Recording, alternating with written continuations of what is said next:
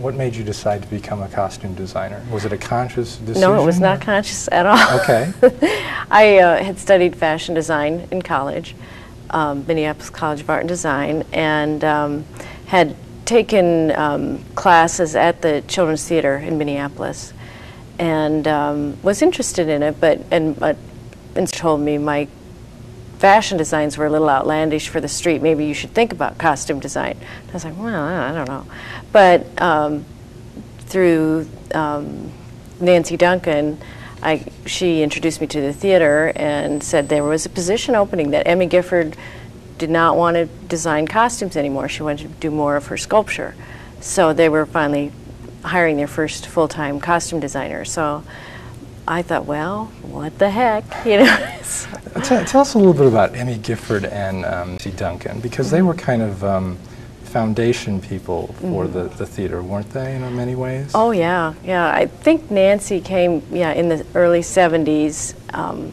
They hired her on, but Emmy had been working on costumes and sets since 1949, so she had been involved with it for that many years, and she did about 3 or 4 productions a year, and they a lot of times would be stitching in Emmy's home, you know, and then once they moved to the theater, you know, the 35th and Center, then they worked there, but she you know, did really great renderings, and she had a little trouble with some of her pattern making.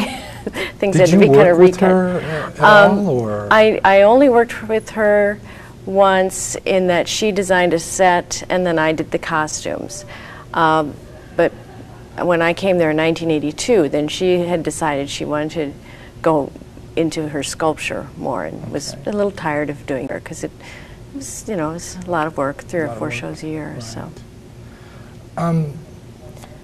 Costume design, be it in a film or a play or what we see on the street. You were talking about your professor told you maybe you should be a costume designer because your fashions were so outlandish, but how do you think it affects our everyday life? I think greatly. You know, I was trying to think of some films that influenced me. You know, when I saw Annie Hall, you know, in the, I think it was the late 70s, I was just like, you know, that's great, I love those clothes. And I think there's still things, so much influence, I think more so by film than by theater.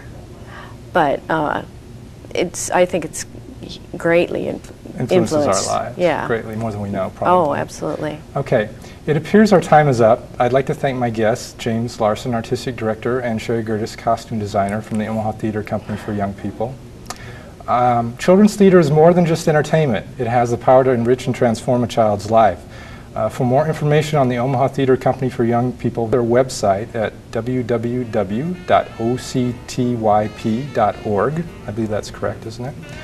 And to find out about tickets and possibly classes, they could call the box office. 345-4849. Okay, thank you again for joining us.